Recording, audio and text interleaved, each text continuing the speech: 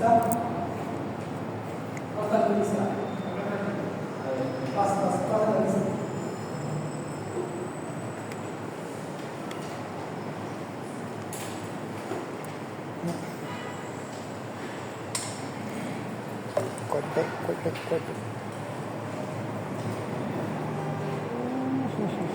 Empezamos, ya nos va pasando la lista. Ya empezamos. Primera pregunta. Varón de 42 años con Son preguntas de ciencias básicas, ¿verdad?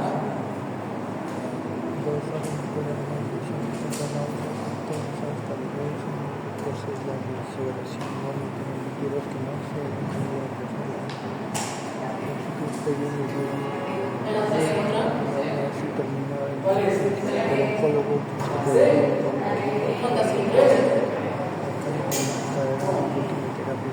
Dice que es un paciente varón. Es un paciente varón de 42 años. Ya, con linfoma. Inicia un esquema de quimioterapia altamente hematólogo, o sea, eléctrico, para hombres.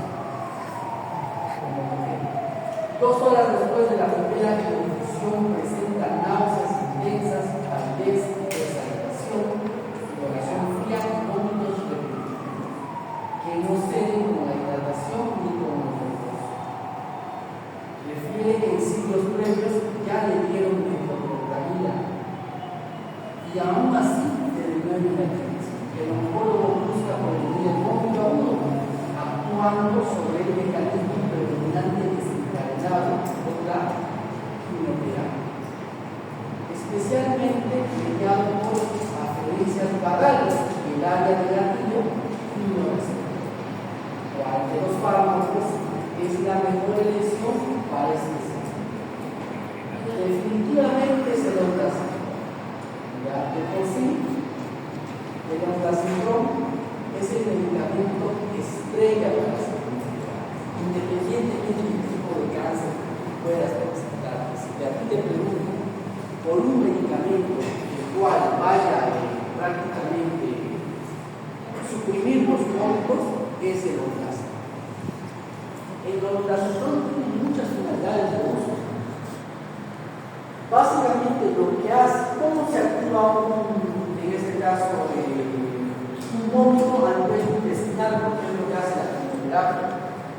Vamos a ver que se va a liberar ciertos medicamentos como la serotonina, ciertos quimioreceptores, perdón.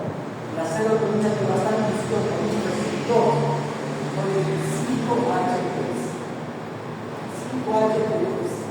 El 5-HT3 es un receptor que va a estar encargado justamente de producir los vómitos. Ya, entonces, ahora, ¿qué hace el ondansetron? El ondansetron específicamente actúa bloqueando a este receptor a nivel periférico y a nivel sistémico. ¿Correcto? Al suprimir y bloquear el que produce el vómito, prácticamente va al vómito. Si yo te pregunto mecanismo de acción del ondansetron, ¿qué respondes? Inhibe los 5-HT3. Inhibe o bloquea el receptor 5-HT3. Ahora, quiero que le prestes atención. Bueno, la escopolamina es para los cólicos, ¿no? No tendría nada que ver, nomás que todo es para lo que es la acidosis, ¿no? No tendría nada que ver. En la que es la aprepitan, el aprepitan es un medicamento que también se puede utilizar, pero generalmente este va a bloquear un tipo de receptor NK1 que consumo las sustancias. Para ser más específico, es un punto tardío.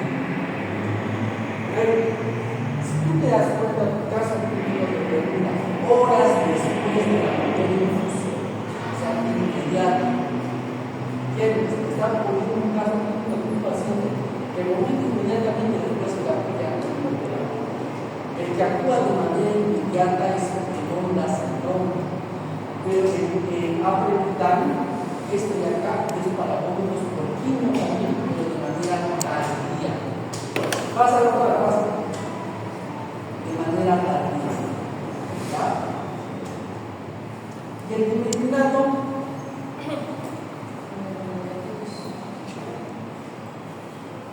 El dimietinato actúa a nivel vestibular, bloqueando los receptores H1. ¿Qué es lo que pasa?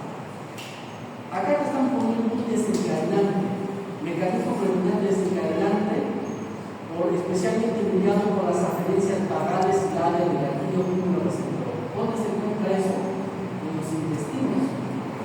Que se libera serotonina, que no activa el 5-HTP. El dimietinato no bloquea eso. ¿Qué te quiere decir? La metoclopramida también actúa, es un procedimiento, también actúa a nivel intestinal. En español, dimietinato, recita, ahí actúa. Metoclopramida, bueno, si tú tienes un pacientito que se fue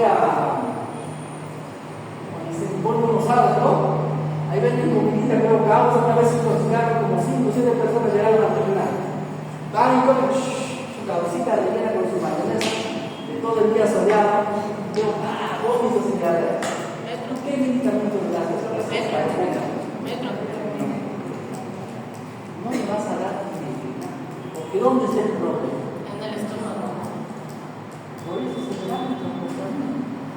Entonces, la metoclopramida se utiliza para vómitos producidos por un problema gastrointestinal. En cambio, en la gestante le das un náusea, todo ese tipo de cosas. Pero la gestante con náusea de animal es diferente. Pero la gestante se produce por los cambios hormonales de los receptores que se producen las náuseas. Por eso, es que a la gestante no le damos dimietinato, no le damos metoclopramida, le damos dimietinato. Pero ¿cuál es lo que quiero que tú quieres de esta pregunta? Es que el onda central es el rey de la química. El onda central tiene muchas otras funciones. Nosotros, los dimietinatos, la metoclopramida no se usan en niños. Ya, no se usan en niños.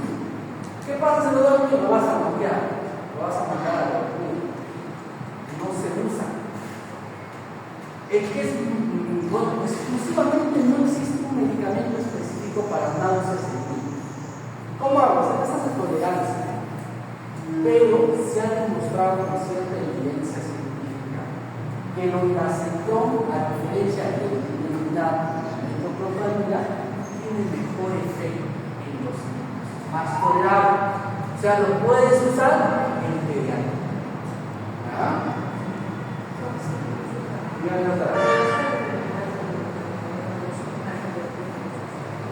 Claro, pero más de porque la mezcla es por amor. Continuamos.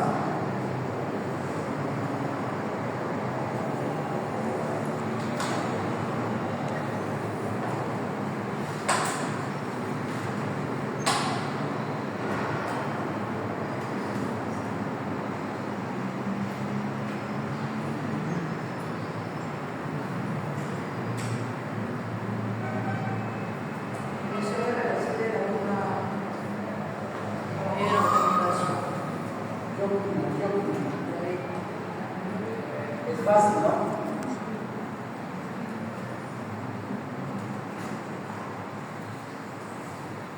Me dice, tienes una mujer de 55 años con pilosis nocturna. ¿Qué es la pilosis? Quemazón. Así quema acá. Regurgitación ácida, tos seca, matina. Endoscopía, esofagitis, erosión. Signos de reflujo severo. Ya usó antagonistas H2 por temporales, con mejoría parcial, pero recae al suspender. El gastroenterólogo decide un fármaco que actúe en la etapa final común de la secreción ácida. Con la supresión más intensa, más sostenida. ¿Qué mecanismo de acción corresponde al fármaco indicado? ¿De qué familia de fármacos se está hablando? De los inhibidores de la bomba de protones. ¿Y dónde actúan los inhibidores de la bomba de protones? En la bomba de protones. Mismo nombre lo dice. Ahora, con esta pregunta nos va a servir para muchas cosas. Primero, tienes una paciente de 55 años, tiene fibrosis, regurgitación, probablemente tenga hernia, enfermedad por el flujo gastroesofágico. Y antes que hizo hernia, hizo esófago de la red. ¿Qué es el esófago de la red? El esófago es cambio de criterio no normal, patológico, metaplasia, metaplasia, ¿no recuerdo? Sí. Ya, los cambios no plantean. ¿Por qué se da el esófago de la red? Porque hay un retorno, el ácido que está en el estómago pasa al esófago. ¿Correcto? Y esa sensación ácida con el tiempo cambia. Ahora, ¿qué pasa? De nuevo que regresa, cambia eso, aparece el esófago de la red, se da como consecuencia de un hernia. ¿Cuál es la fisiopatología del hernia? ¿Dónde está el problema? ¿Dónde? En el esfínter esofágico inferior. Split, en español para estómago, esófago. Ambos se conectan. La unión se llama caries. ¿No te gusta caries? Se llama unión esofágico-gástrica. ¿No te gusta eso? Esfínter esofágico inferior. ¿Qué es el esfínter? Es como una puerta. ¿Correcto? Imagínate que la puerta está acá. Cuando yo tengo una digestión acá, o que es mi contenido que está en el estómago, no tiene que pasar al estómago, no hay lógica. Se dice que hay una insuficiencia del esfínter esofágico inferior. Entonces, ¿qué pasa? Como esta válvula se vuelve insuficiente, permite el paso. Se abre, todo el ácido pasa. Eso es enfermedad por el flujo gastroesofágico. Ahora, ¿qué más nos están preguntando? Y dice que a estos pasa. El herpes se trata justamente como antiácido, ¿no? Ahí está mal dicho antiácido. ¿Ya? El término está mal dicho, pero ahorita te lo digo. Le dice que usó antagonistas H2. Dime un ejemplo de antagonista H2. Es fácil, chicos. Uno por uno se hablan todos a la vez, no les puedo entender. Uno por uno se hablan todos a la vez. ¿Quién es? Muy bien. La ranitidina es H2. Al nivel de los cuales histamina H2. Histamina H2. Entonces, si tú me estás diciendo receptores histamina H2, tiene que ver algo con lo que hicimos ayer del asma.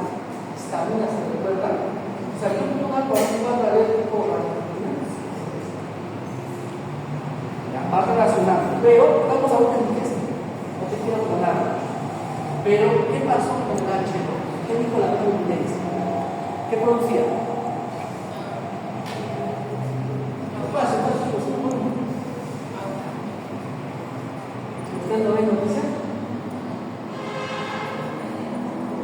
Ese medicamento ha sido revelado. Ha sido revelado en 2022. En Perú, en 2024, así en diciembre, ¿no? ¿Qué producía? Que está demostrado que eso no es cáncer. Está relacionado con el cáncer.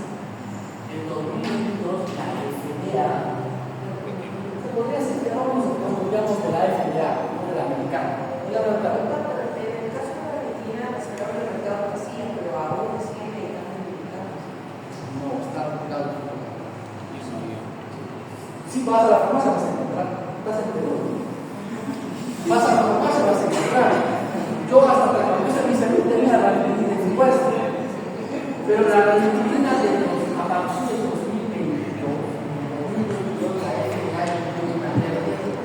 Porque se encontró en evidencia científica de los estudios clínicos. Cuando alguien ya habla de estudios clínicos, algo ya ha hecho mostrado. Se encontró que estaba asociado al cáncer, incrementaba el riesgo de cáncer. Entonces, ¿qué hizo la FDA? La quitó del mercado definitivamente.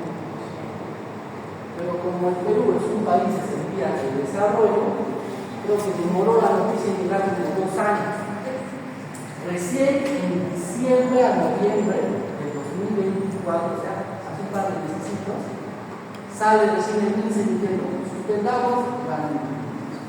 Bueno, lo que sucede es que el gobierno ya había comprado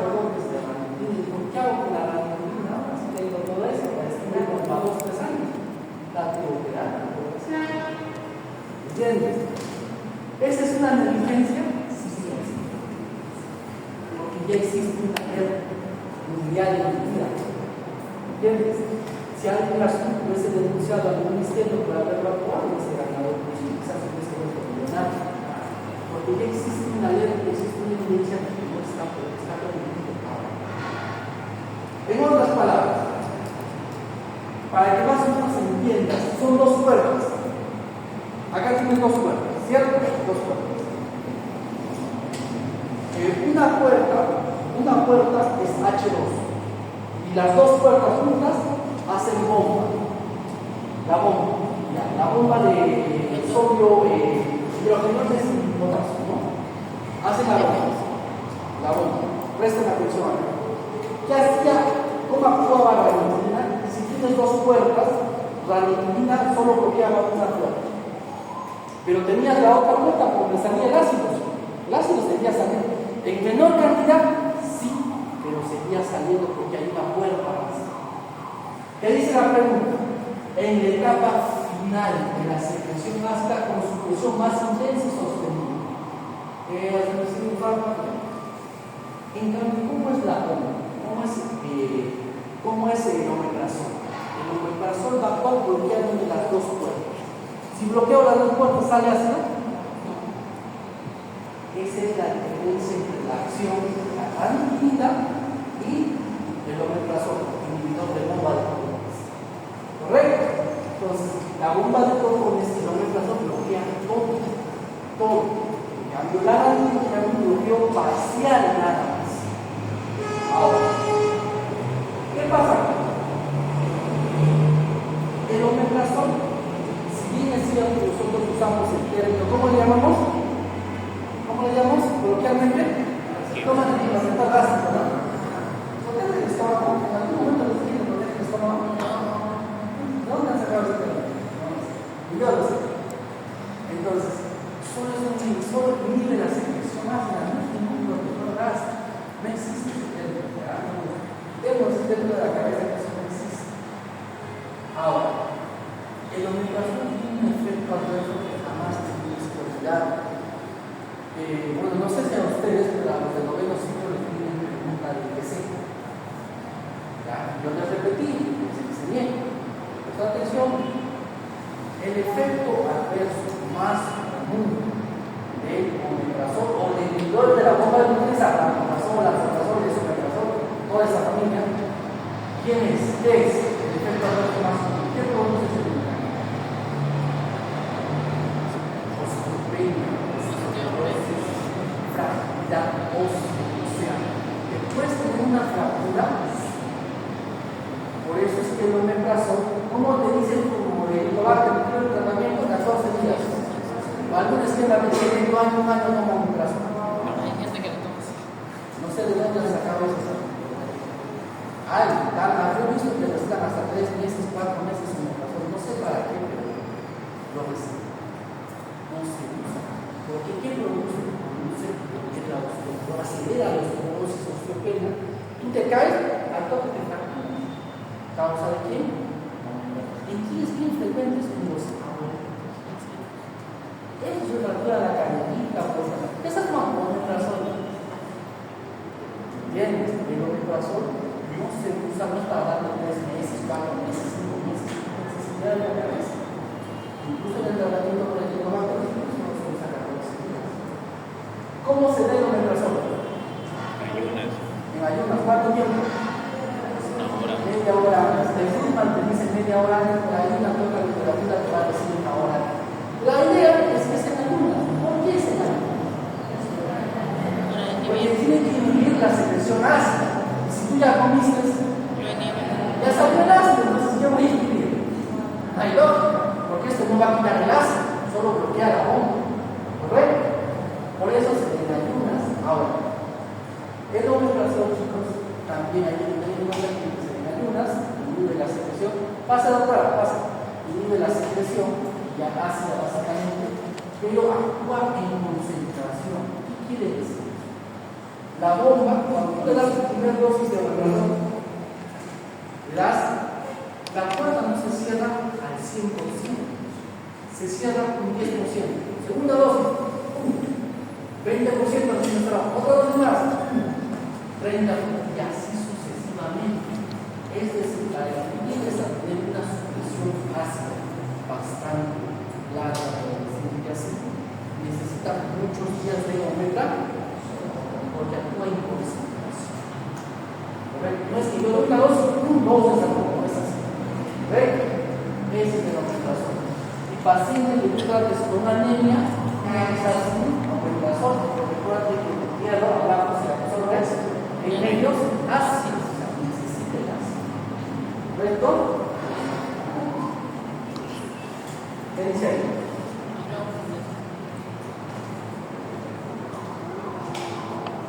¿Qué dice?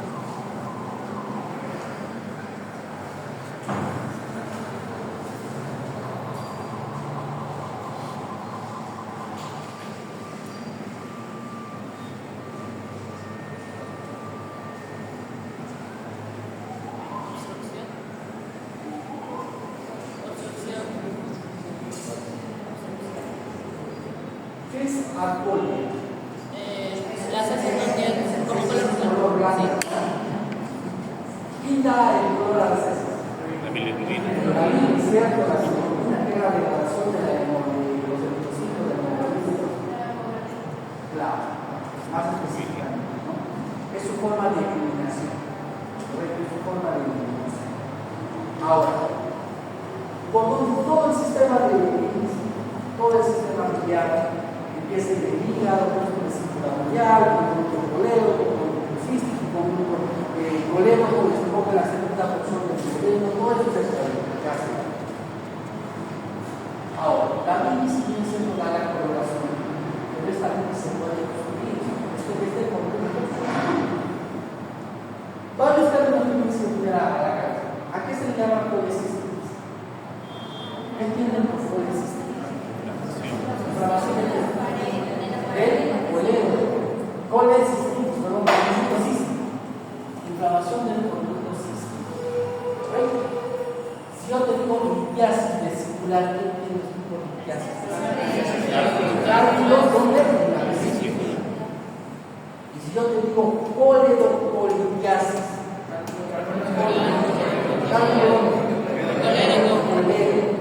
si yo te digo colangitis, Inflamación del colegio.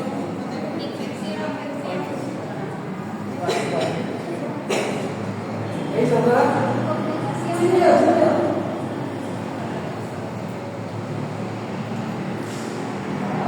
Una más. Es la coledocolitiasis por infección. Entonces, ¿dónde se bloquea completamente? Vamos a buscar una imagen. Para hablar español, voy a buscar una imagen.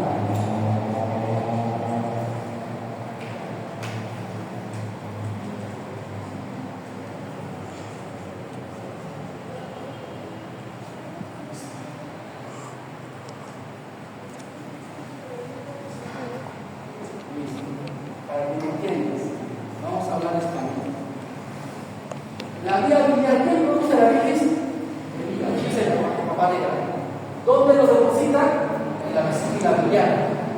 Lo deposita en la vesícula biliar. ¿Para qué? Para que adquiera más concentración. Esa es su función, es más concentrada en la vesícula biliar. Ahora te vamos a dar unas preguntas.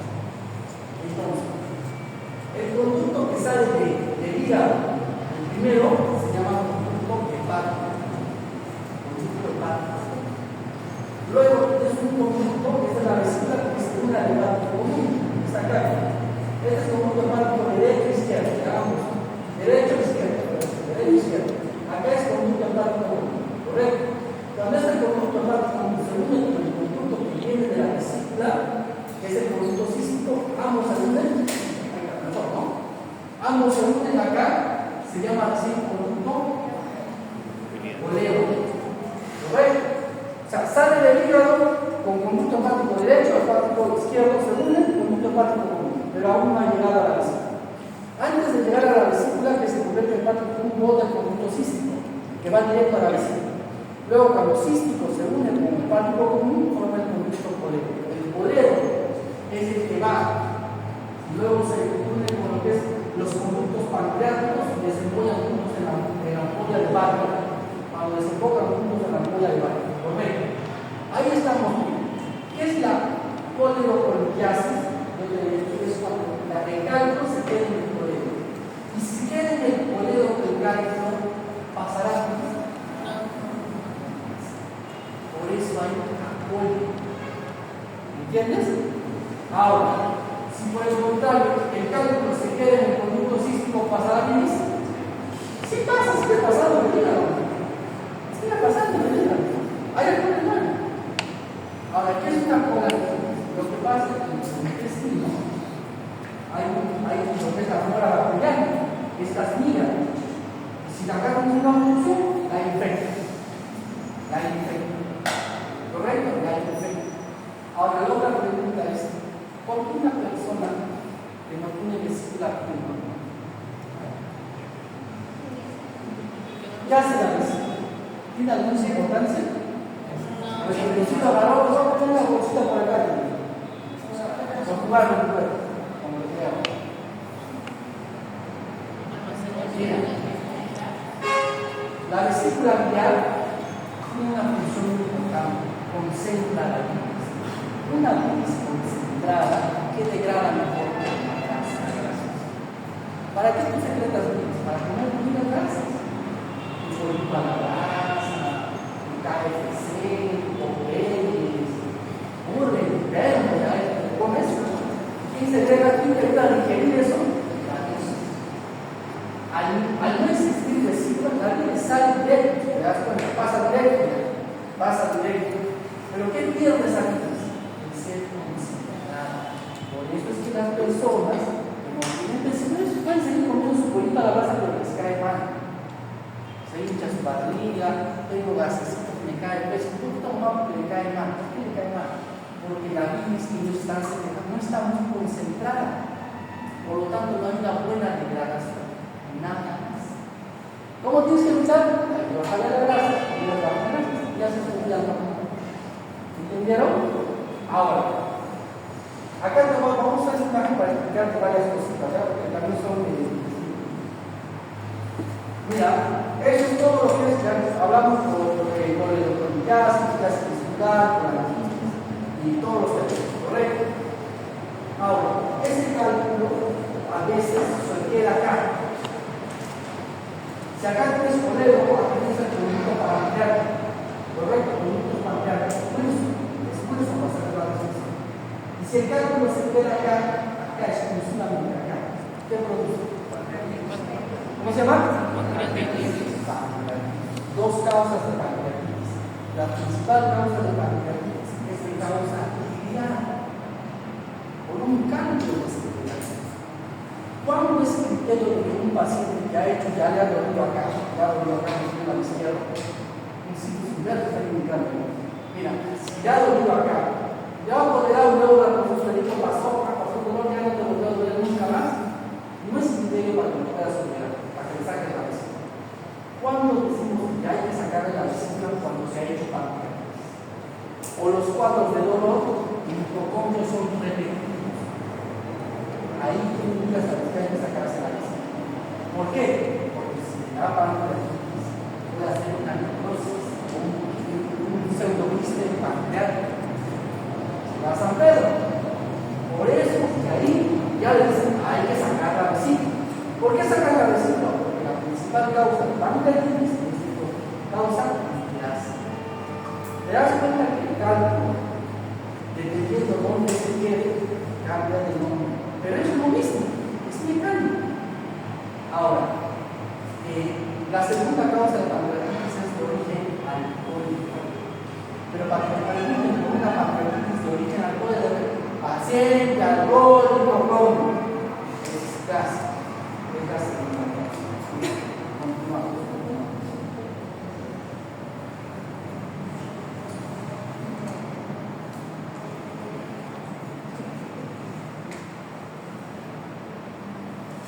Obstrucción, en este caso, del flujo biliar, con reflujo de bilirrubina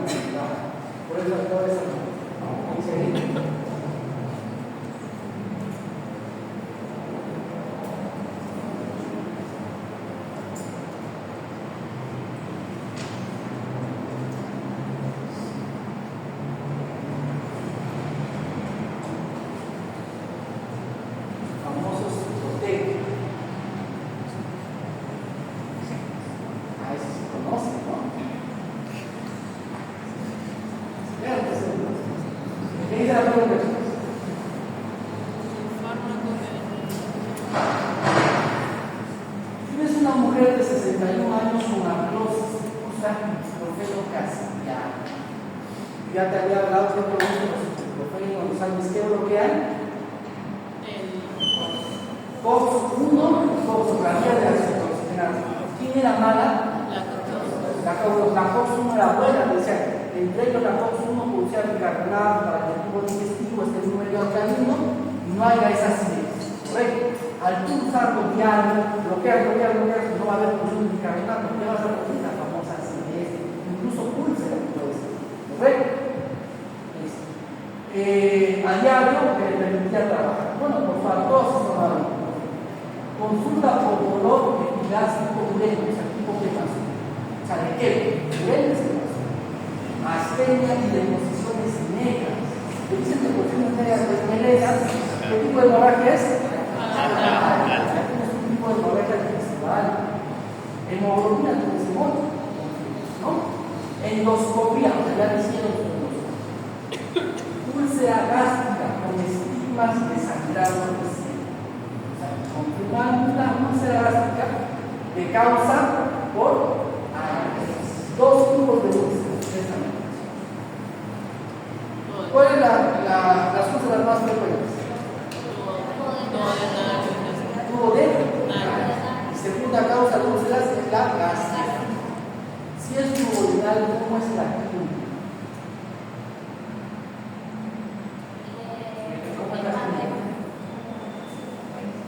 El paciente va a decir, en el caso clínico, te va a decir cuando es úlcera el duodenal, es el principal, primero factor etiológico, el helicobacter. ¿Correcto? El helicobacter. ¿Cuál es la clínica?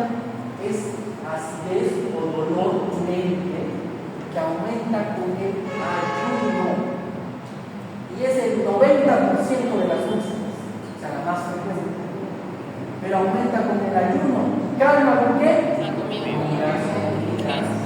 Esa es una úlcera de origen duodenal. Principal causa, principal factor etiológico, y ya lo veremos cómo tratamos el helicobacter. ¿Correcto? Ahora, la otra tipo de úlcera es gástrica. El factor etiológico de una úlcera gástrica es AINES de su caso clínico. ¿Cómo es el cuadro clínico? ¿Cómo viene ese paciente? ¿Cómo viene? ¿El dolor cuándo es? Cuando come. Después es que al otro le calmaba cuando comía, este no. A este cuando come le empeora. ¿Entiendes? El principal factor etiológico, AINES. Pero quiero que te entiendas algo. Si bien es cierto, uno produce el helicobacter pylori y los AINES, a nivel mundial, el principal causa de gastritis es el helicobacter pylori, que se acabó el problema. AINES te lo estoy enseñando porque esto es un capítulo típico de AINES, pero si a ti te preguntan cuál es el principal factor de agente etiológico que produce la gastritis o úlcera, el helicobacter pylori. No pienses en AINES, no, es que no en el 99.9% de los casos es el helicobacter. ¿Ya? De ese vamos a hablar en la otra clase. Entonces, ¿qué más decía? Entonces, acá ¿quién bloquea? Acá ¿qué hizo? ¿Qué bloqueó? ¿Por qué le dio su gastritis o su úlcera? Porque le bloqueó la COX-1, ¿cierto? Entonces, ¿qué hay que hacer? Reponemos COX-1. ¿Quién repone o quién es el famoso que dijimos nosotros? De la prostaglandina. Acá, usemos nuestra explicación. Los AINES bajan prostaglandinas 2, exclusivamente 2. ¿Correcto? Si baja COX-1, no hay moco, no hay bicarbonato, bajo flujo sanguíneo. ¿Correcto? ¿Y qué hace el misoprostol para? ¿Tú escuchaste que el misoprostol se utilizaba para la gastritis? Sí. Pero nunca lo sabías cómo, en qué caso, porque yo solo veo que los abuelos, pero nunca he visto que usen para gastritis. ¿Por qué? Porque una gastritis no va a ser rara. Ya que tienes generalmente en el helicobacter pylori, pero cuando tienes una gastritis de origen por AINES, tienes que indicar misoprostol, el famoso ciclotel de 200 miligramos. ¿Correcto? ¿Por qué? Porque es un análogo de las prostaglandinas. Bueno, es un análogo, quiere decir, lo restaura, lo Bien, esa es una labor. ¿Qué quiere decir? Repone ese efecto citoprónico. O sea, el efecto que necesitaba la misoprostol lo repone. En esos casos se usa el misoprostol, no para otro ya. Entonces, ¿veo claro, verdad? Sí. ¿Eso lo habían leído? No, ¿verdad? Pero esta es una pregunta que me voy a enseñar el por qué se usa el misoprostol para los años, ¿ya? Y listo. Acá tengo un pequeño esquema. Un pequeño esquema.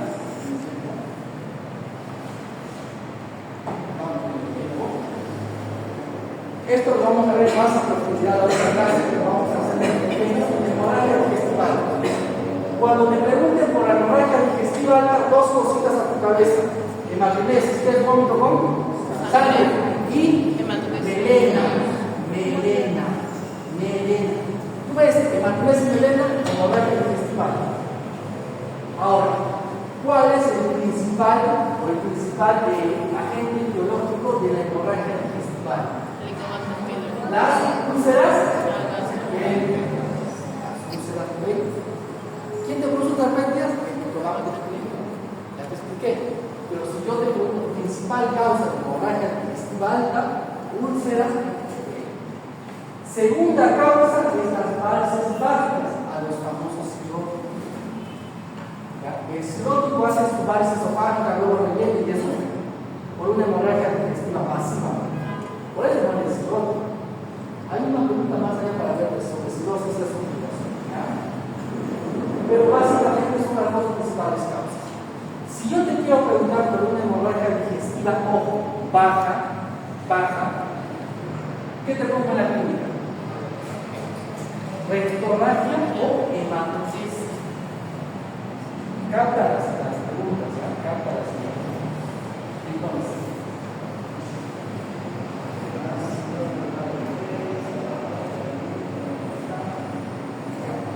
a partir de qué parte anatómica decimos. De acá para acá es alta, de acá para acá es baja. Ángulo de el ángulo de Grace, ¿qué es? Es un paso del duodeno al yeyuno. Del duodeno al yeyuno, antes de pasar, hace su ángulo de Grace, y dice ángulo de Grace para arriba, alto, ángulo de Grace para abajo, bajo. No te preocupes. ¿Qué más nos dice? Allá. Vamos a ver acá. Aquí hay un criterio cuando transcribimos en hemorragias digestivas altas. Acá ya hablamos de la clínica, ¿ya? La aplicación ya la hablamos, clínica ya hablamos, la melena de hematomesis ya hablamos. Pero ahora quiero que te enseñes acá. El diagnóstico obvio, pues con endoscopía, no está por el más reciente, ¿no? Empezar endoscopía y sospechas de causa en este caso de Helicobacter pylori con biopsias. ¿En quién hago endoscopía y en quién hago test de algo?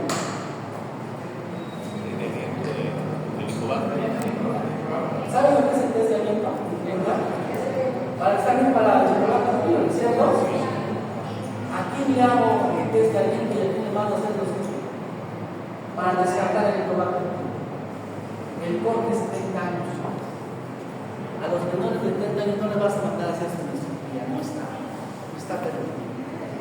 Dice, no, ahí me mandan solo desde ahí, pese a que la guía dice que no le están delecido sin identificar al parásito. Perdón, a la gente biológica, hay que identificar el Helicobacter, tienes que identificar. Pero si es menor de 30 años, tú le mandas desde aliento porque es muy sensible y específico.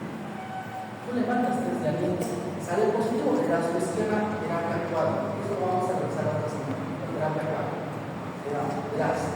Y luego, esperas unas semanas. Ya repites test de aliento para ver si erradicaste. Pero para fines de exámenes, chicos, cuando te preguntan con test de aliento es para confirmar si se erradicó. Generalmente.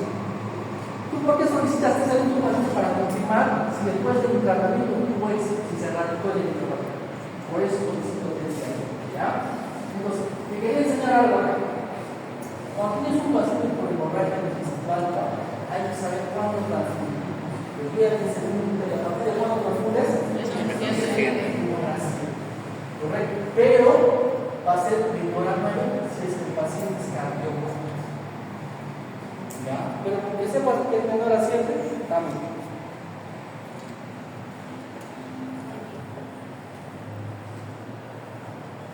¿Qué dice la pregunta 5? A ver.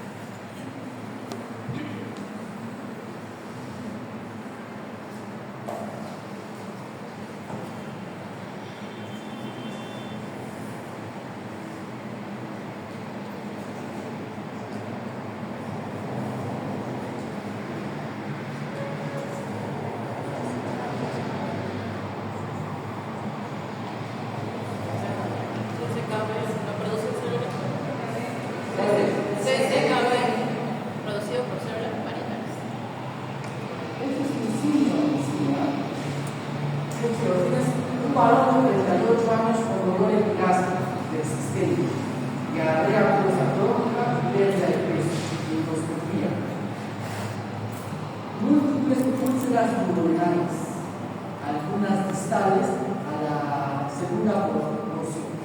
El pH gástrico es bajo, es muy ácido. La gastrina séptica marcadamente elevada, ya le da una triada, triada de un síndrome. Se sospecha gastrinoma, más todavía sabes que durante la discusión del caso se pregunta cuál es el receptor clave para que la gastrina promueva secreción ácida de forma directa, no por vía de las células asociadas. ¿Qué receptor está principalmente identificado? Es el identificado. La gastrina, si bien es cierto, es una sustancia o va a estimular la secreción ácida en el estómago. ¿Tiene las células? Sí, es normal. Pero no es que esté en mucha cantidad y se elimine. ¿Correcto? Se elimine. Existen ciertas alteraciones, ciertos síndromes, como el síndrome de Sjögren. El síndrome de Sjögren se caracteriza porque aparece un tumor. ¿Cómo se llama? Gastrinoma. Si es gastrinoma, va a actuar ¿en dónde? En la gastrina. ¿Y la gastrina qué produce? Ácido, ¿cierto? Y si hay un tumor en el ácido, en esa gastrina, ¿qué va a pasar con el ácido? Se va a bloquear, va a disparar. Por eso es que estos pacientes, en este caso, uno van a tener múltiples úlceras, siento bastante úlcera. Y a este paciente, así que le des el interior de la bomba de Pons, ese no es el problema, la bomba no es el problema, es que hay un tumor ahí. Y ese se va a bloquear. Típico caso clínico, donde van a preguntar, te lo pueden preguntar ya sea en el síndrome muchas cosas, pero el típico caso clínico siempre te van a poner múltiples úlceras gástricas.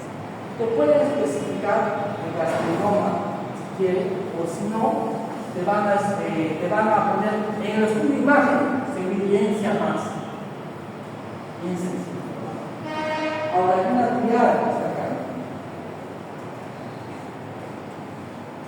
Aquí es la triada.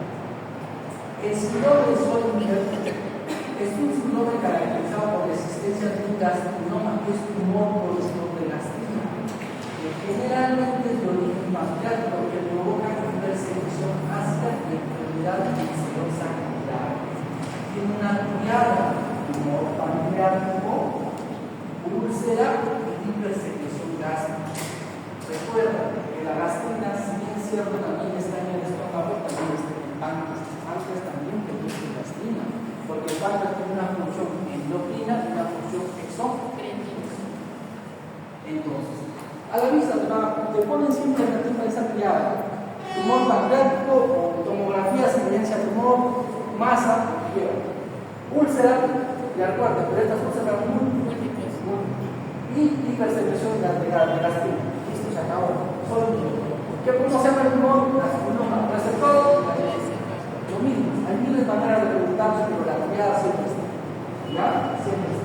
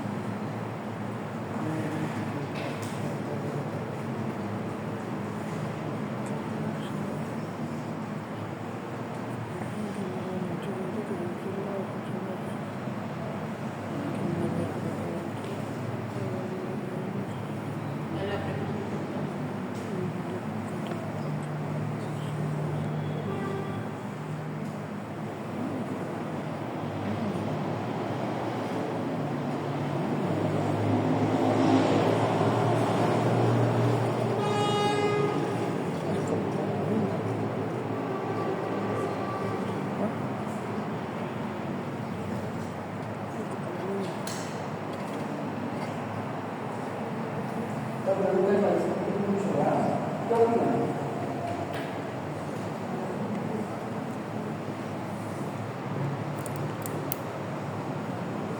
Primero, deshabitación es como huevo en ceviche, ¿no? La deshabitación está perdida.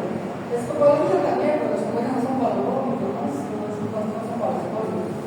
Puede ser un acetón, metoclopramida o aperitiva. La metoclopramida, si te está diciendo que no nos ponga antibióticos actuales, no, está diciendo que se puede. Pero mira acá. Ya te había hablado de la Americana, ya te había hablado sobre eso, pero vamos a ver la explicación. Está pidiendo una mujer de 29 años con cuadro de gastroenteritis biliar, fiebre baja, mialgias y vómito persistente, a pesar de la declaración oral y luego intravenoso, continúa con meses explosivas, cada vez que el tratamiento no hay embarazo. En el viaje refiere que los alimentos habituales no han funcionado. Se decide usar un fármaco que bloquee vías relativamente en el centro del mundo. Correcto. Útil en enesis severa y el componente secundario. ¿Cuál es la opción más adecuada? Podrías pensar en ondansetron, pero realmente ya discutí que ondansetron generalmente es en quimios. ¿Te apuesto que típico caso de paciente antibiótico? No. Me puse una pregunta anterior con quimios. Si bien es cierto que el ondansetron actúa a nivel periférico y nivel central, este quiere solo en nivel central, centro nada más. Por eso es que también descartamos un ondansetron. ¿Quién nos queda que actúa en un metro? No, pues. Porque el metro en una enesis severa no se usa, ¿me entiendes? Aparte te dicen no hay médicos habituales. No más. El apretán, chicos, el apretán bloquea los receptores MK1 que bloquean la sustancia B en el centro del pulmón. La vía también mucho que actúa en la vía central más importante en la resistencia y también en quimio, especialmente tal. Si yo te quisiera preguntar por el apretán, en una tendría que ser una necesidad de 2-3 días después. ¿Correcto? Por eso, claro, me gusta el tema. Pero para que no te consigues mucho, ondansetron, quimio, en algunas preguntas que se hacen más famosas, hasta que me la pierdo, si es paciente que metoclopramida en un paciente con gastroenteritis, típico paciente igualito al caso, pero no te tendría que poner la parte que dice los antibióticos comunes no han hecho efecto. Si no fuese eso, vas a ver. Pero como no es ese, ¿quién nos queda? El apretán, ya que es uno potente. Se utiliza en vómitos severos, ¿correcto? Que se colocan. Acá tenemos que señalarle dos cosas. Que he hablado de un paciente deshidratado, ¿verdad? Sí. Y tienes que saber manejar deshidratación. ¿Ya? Hay criterios, generalmente los usamos en pediatría. El famoso plan A, plan B, plan C. ¿Han llevado pediatría? Sí, lo van a ver. Si es ácido digestivo, también los jugadores tienen que ver en deshidratación del digestivo. Cuando ustedes lleven en pediatría, generalmente van a ver lo que es la deshidratación. En plan A, plan B, plan C. ¿Cuándo mismo? ¿Qué plan? El típico plan A, vamos a ver que las serotonina se encuentran normales. Y esa deshidratación.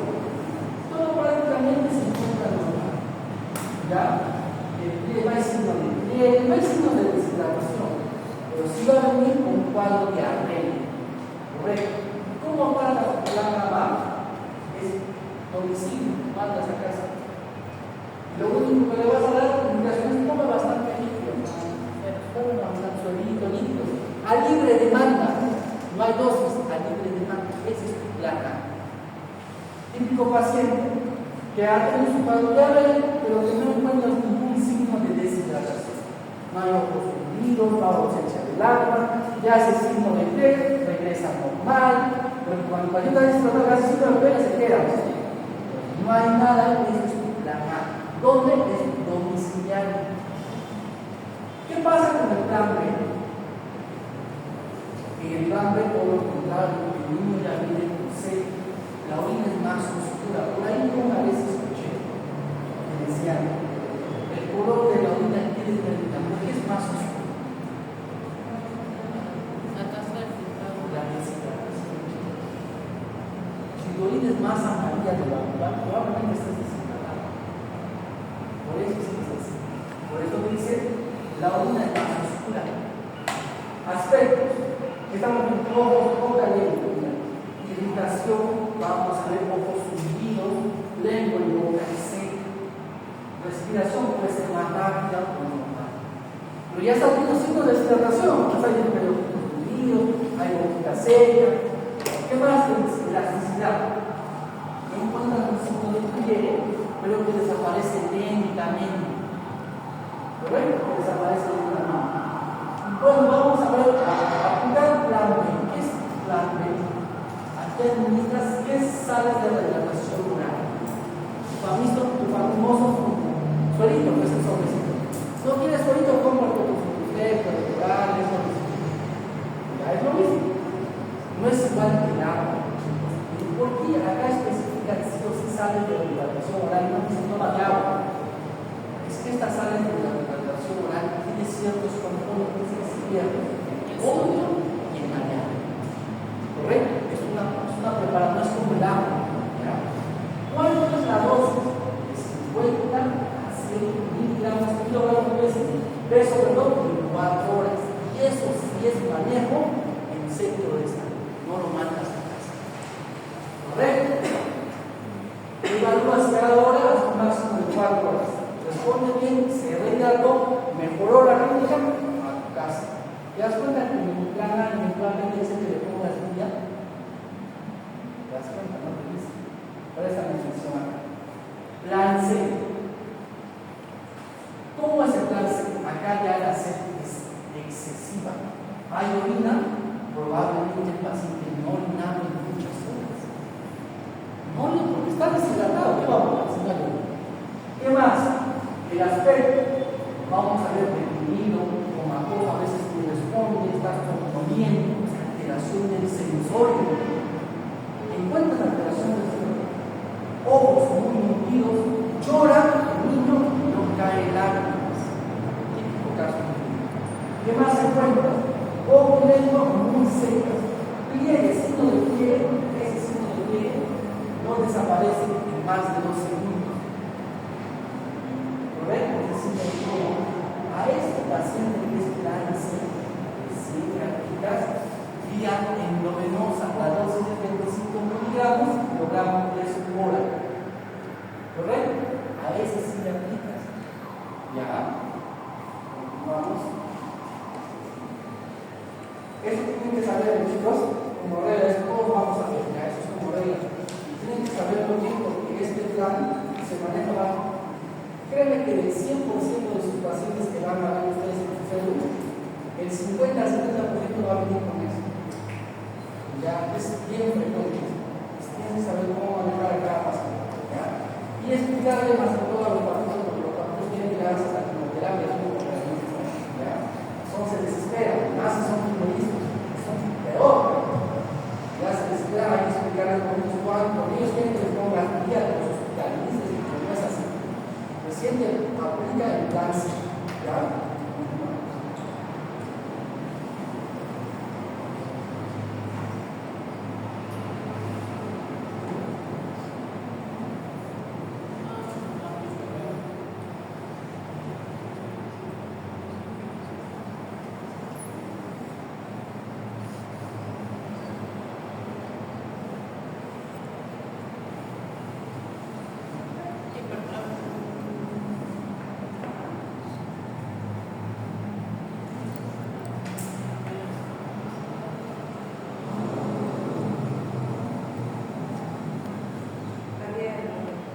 ¿Cuál es? La B, ¿no? Tienes un varón de 46 años que relata 8 meses de disfagia progresiva a sólidos líquidos. Acá te voy a señalar malnutrición preventiva por una acalasia. Ojo, acalasia, no te gusta la cabeza. Te van a poner, en el caso de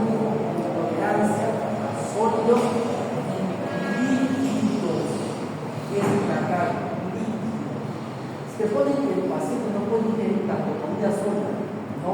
Si dicen solo comida sólida, no pienses en la calasia. Ojo, no es la calasia. Pero chica, al sólido le agrega líquido, esa es la calasia. ¿Estamos claros? Eso es así. Entonces, ¿qué le dice? A reclutinación profunda de alimentos no digeridos por fortuna ha bajado 6 kilos. Bueno, ya han hecho un examen, han visualizado en la radiografía el famoso pico de ave, punta de lápiz, son historias. Ahorita vamos a ver una imagen. ¿Ya? Manometría, le han hecho presión elevada de qué? El esfínter esofágico superior. Cantadas a la boca, del caso, ¿no? Con ausencia de relajación. ¿Por qué? Porque este no se relaja, permanece contraído. Por eso. Y a peristalsis. En la calasia, la causa va a ser la peristalsis, porque no hay movimiento, se queda aquí. Por eso. En el esófago distal se discute el origen del trastorno desde la neurofisiología gastrointestinal. Es pérdida de las neuronas inhibitorias del nódulo.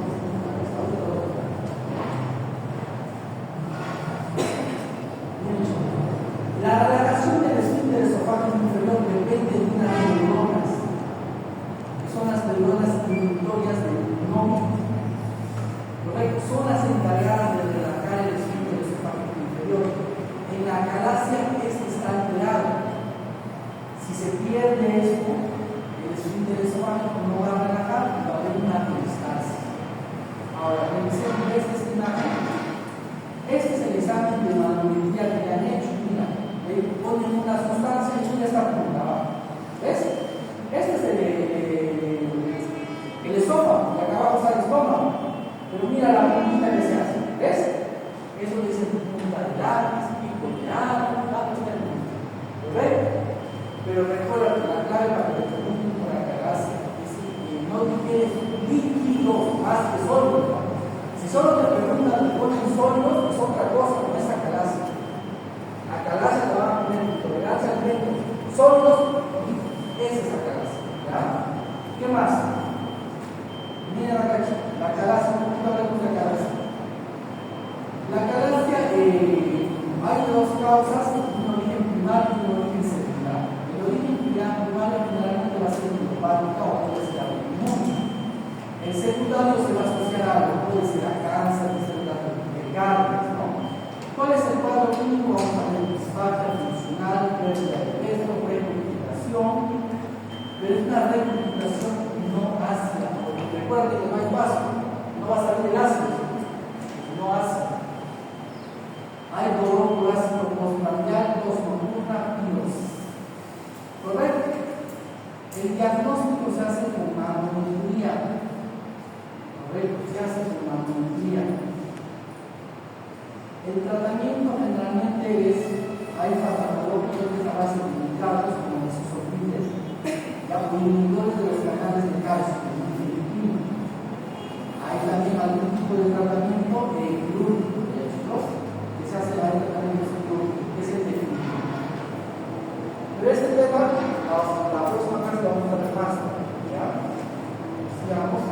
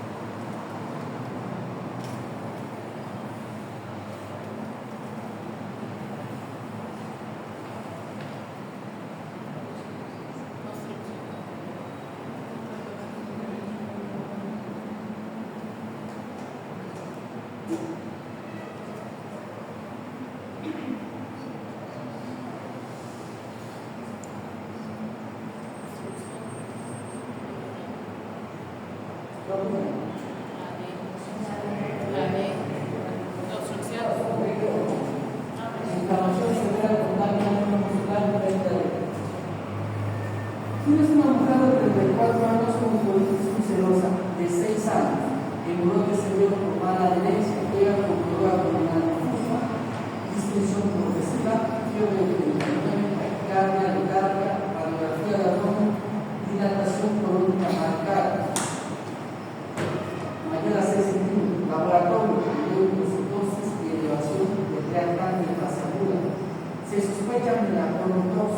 se discute el mecanismo fisiopatológico responsable de la dilatación y alto riesgo de la perforación.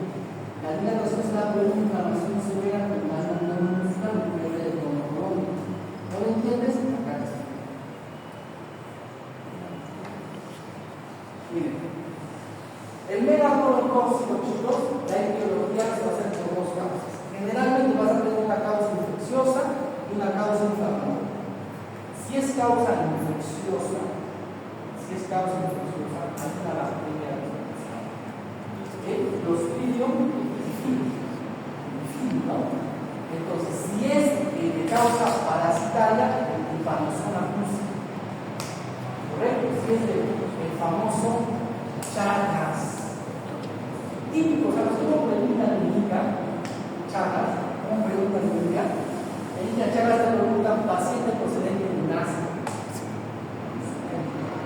Procedente de Nazca. No sé por qué los pacientes han puesto de Chagas. Porque el típico, cuando yo les hago preguntas que son formularios médicos de acá de Indica, me van a preguntar por Chagas, paciente procedente de Nazca. Para mí, pero no me llega Chagas.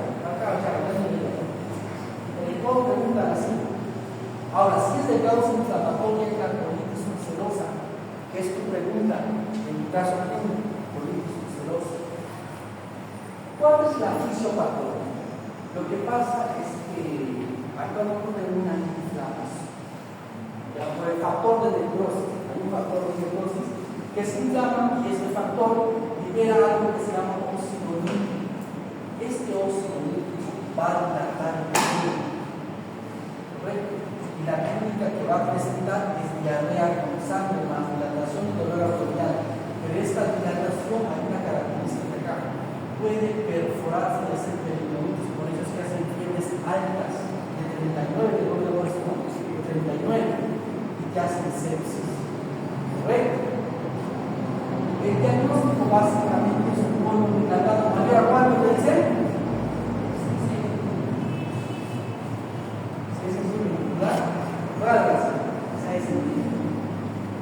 ¿Saben lo que son las austras? Las bolsitas de colon, ¿cierto? Cuando tú haces tu radiografía, vas a ver un colon. Mira, ves las austras. Se ve un fondo nomás. Hay ausencia de austras en esos pacientes. Cuando tú le haces la radiografía, no se van a ver las austras, se ve un fondo negro nada más. Que acá los están viendo, mira, acá igual. Acá ves las austras una vez, pero acá y acá no hay. Pero acá hacia arriba sí se ve, son como las bolsitas. ¿Ya? Y básicamente es eso. El tratamiento, chicos, va a haber dos cositas acá. Un tratamiento médico y un tratamiento quirúrgico. Pero en dirección generalmente es quirúrgico, se hace una colectomía subtotal, más una endoscopía. Ese es el tratamiento definitivo. Ya esa es la cirugía. Sigamos, pregunta 9.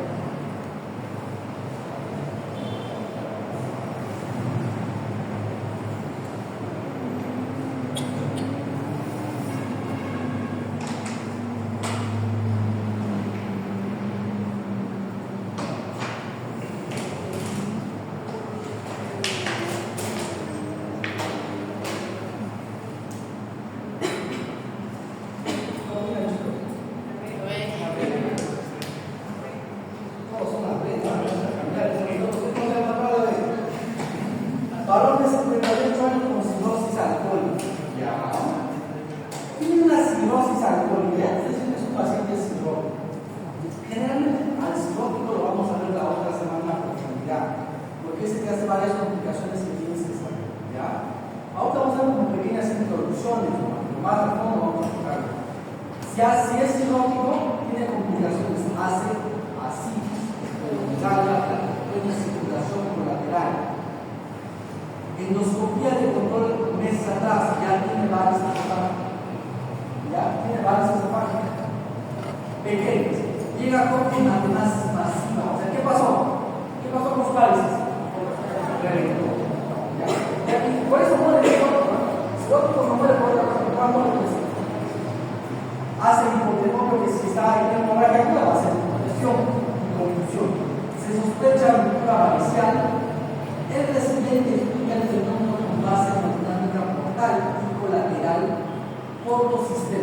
¿Cuál es el hecho fisiopatológico? Explicar mejor la formación de varices, incremento de la resistencia intrahepática al flujo portal por fibrosis.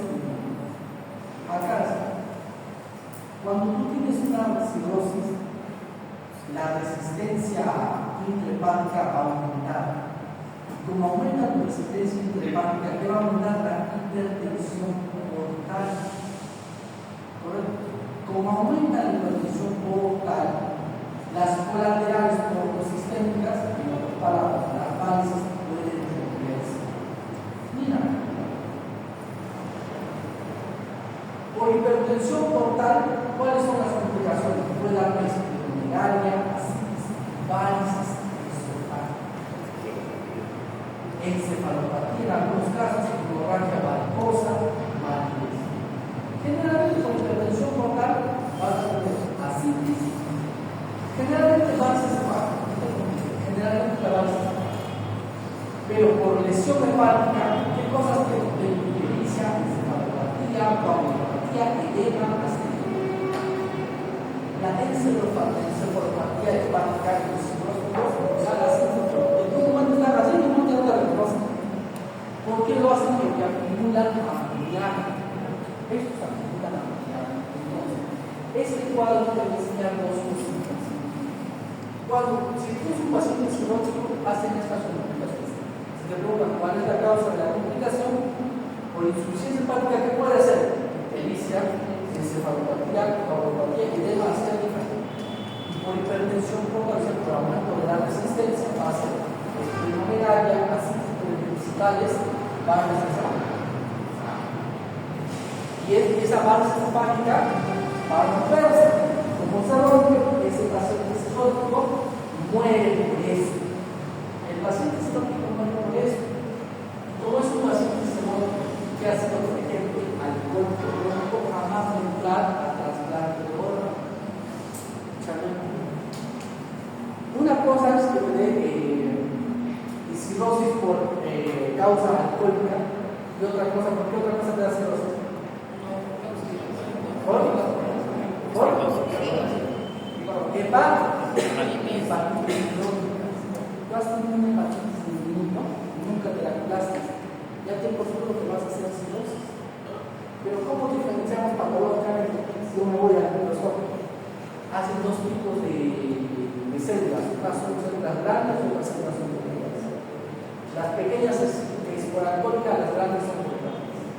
Esa es la diferencia. Así lo diferencian los patólogos. Entonces, básicamente es esto, chicos, vamos. Ya, bueno, ¿quién quiere un poquito más? Este es un estudio, chicos. Este es un estudio destacado. Este cuadro te dice qué complicaciones son las más frecuentes en un cirrótico. ¿Cuál es? Varices esofágicas. ¿Qué más encuentras? Así, pero date cuenta que el 82% ha presentado varices esofágicas, o sea, casi todo. En cambio, así baja abismalmente al 44%. Luego sigue la hemorragia digestiva alta por causa de la varices. Son las complicaciones más frecuentes en un cirrótico. Revísalo de todas maneras, pero es más no para que lo entiendas. Pero lo que quiero que entiendas es que un cirrótico sí o sí te va a hacer varices esofágicas, por eso es que se muere. También te va a hacer así, ¿ya? ¿Por qué? ¿Por qué te hace así? Mira, si el hígado, ¿qué sintetiza el hígado? ¿Cómo es esa proteína? La albúmina es una proteína de la sangre cuya función es la presión.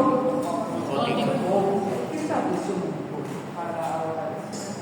Mantiene el agua todo dentro de los vasos sanguíneos. Esta es la albúmina. La albúmina es la principal proteína, lo que hace es mantener el agua dentro de los vasos sanguíneos. Entonces, al el hígado está insuficiente, ¿va a haber albúmina? No va a haber albúmina. Y si no hay albúmina, ¿qué va a pasar con ese líquido que se mantiene dentro del vaso sanguíneo gracias a esa proteína que ya no existe? Va a salir.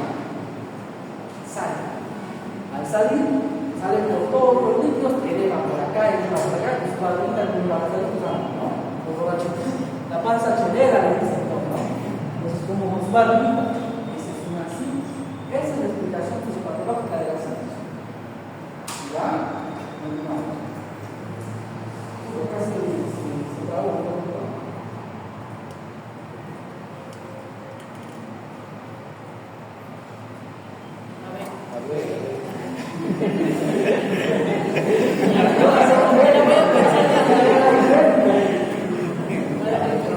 Vamos a leer la pregunta. Varón de 47 años con antecedente de consumo importante de alcohol. Están muriendo un paciente de alcohol. Puede ser cirrosis o puede ser pancreatitis. Eso tiene que estar en tu cabeza. ¿Correcto? Por dolor epigástrico súbito intenso y radial sin dolor. Esa es la palabra. ¿Qué es? Cuando te pregunten por pancreatitis, el dolor te van a decir dolor sin dolor. Ese es pancreatitis. Dolor en un propio derecho. Entonces ya acá. Se acabó el problema. No te compliques la vida. Encuentras esa palabra y ya sabes cuál es el diagnóstico. Ahora, ¿qué más dice? Aspirarles a la espalda, empeora la costada, se mejora en inclinarse hacia adelante, las articulaciones acá. Presenta vómitos, abdomen doloroso a la palpación. Pero ahí ya te están dando un paso y al mirarse de abajo te están confirmando la pancreatitis. ¿Por qué son preguntas básicas? Yo quisiera preguntar por la pancreatitis, probablemente va a dar valores, números. ¿Ya? Entonces, se discute qué suceso celular desencadena la cascada inflamatoria que lleva al edema necrosidad en casos graves, al cirno, a la insuficiencia total. Ahora, básicamente lo que ocurre acá es el gatillo clásico. Ese tricinógeno se activa antes del tiempo, por lo tanto, la tripsina activa otras enzimas, como los intestinos, por lo tanto, ya hay necrosis de grasa e inflamación. Ahora, ¿qué quiero que sepan de la pancreatitis? Primero, la pancreatitis va a ser un proceso inflamatorio del páncreas. ¿Correcto? Ahora, la epidemiología, ya te lo digo, la epidemiología ya te lo dije, generalmente se causa colestática, coledotiasa, ¿cierto? Generalmente un calculito viene sin planta, esa es la principal. Pero si yo quisiera preguntarte por consumo excesivo de alcohol, que acá no es un 30%, te voy a poner siempre paciente alcohólico. Dos causas. Pancreatitis te van a preguntar por causa gástrica o por causa alcohólica. Por otra causa hay, sí hay, pero para fines de exámenes no se pregunta. Para fines de exámenes solo dos preguntas. Pancreatitis causa o muy bien alcohólica o muy bien gástrica. Se acabó, no te compliques la vida. Ahora mira, el diagnóstico, ahora lo vamos a revisar, quedamos ahí. La prevención, la prevención va a depender mucho. Si la causa es por cálculos biliares, ¿qué tenemos que sacar? La vesícula. ¿Entiendes? Sacamos la vesícula. ¿Ya? La fisiopatología, yo te lo expliqué en una anterior, el día que pasaba. Las manifestaciones clínicas, pues vas a ver muchas crianzas que sentimos dolor, vómitos, dolores sin dolor, pero ahí la palabra clave en la clínica, chicos, siempre va a ser el dolor sin dolor. Si dan amilasa y lipasa, te están preguntando por la es del estado básico, ¿no? Acá hay una imagen, ya, no está. Los criterios, chicos, de diagnóstico son 2 o 3 puntos. Va a depender mucho el dolor abdominal, ¿ya? Lipasa y amilasa tienen que estar elevados de 2 a 4 veces sobre el valor normal. Y un hallazgo de imagen, un ataque que confirme el ataque. Dolor, amilasa y lipasa elevados no solo el doble a 4 veces su valor normal y una imagen. Eso confirma el ataque. ¿Correcto? Pero como ya les dije, por pancreatitis, para que lo pregunten, chicos, son 2 cosas: gases y alcohol. Hay otras causas, sí, pero es más para poner de especialidad, no son para fines de examen. ¿Ya? ¿Tienen su break? ¿Pueden salir a su break?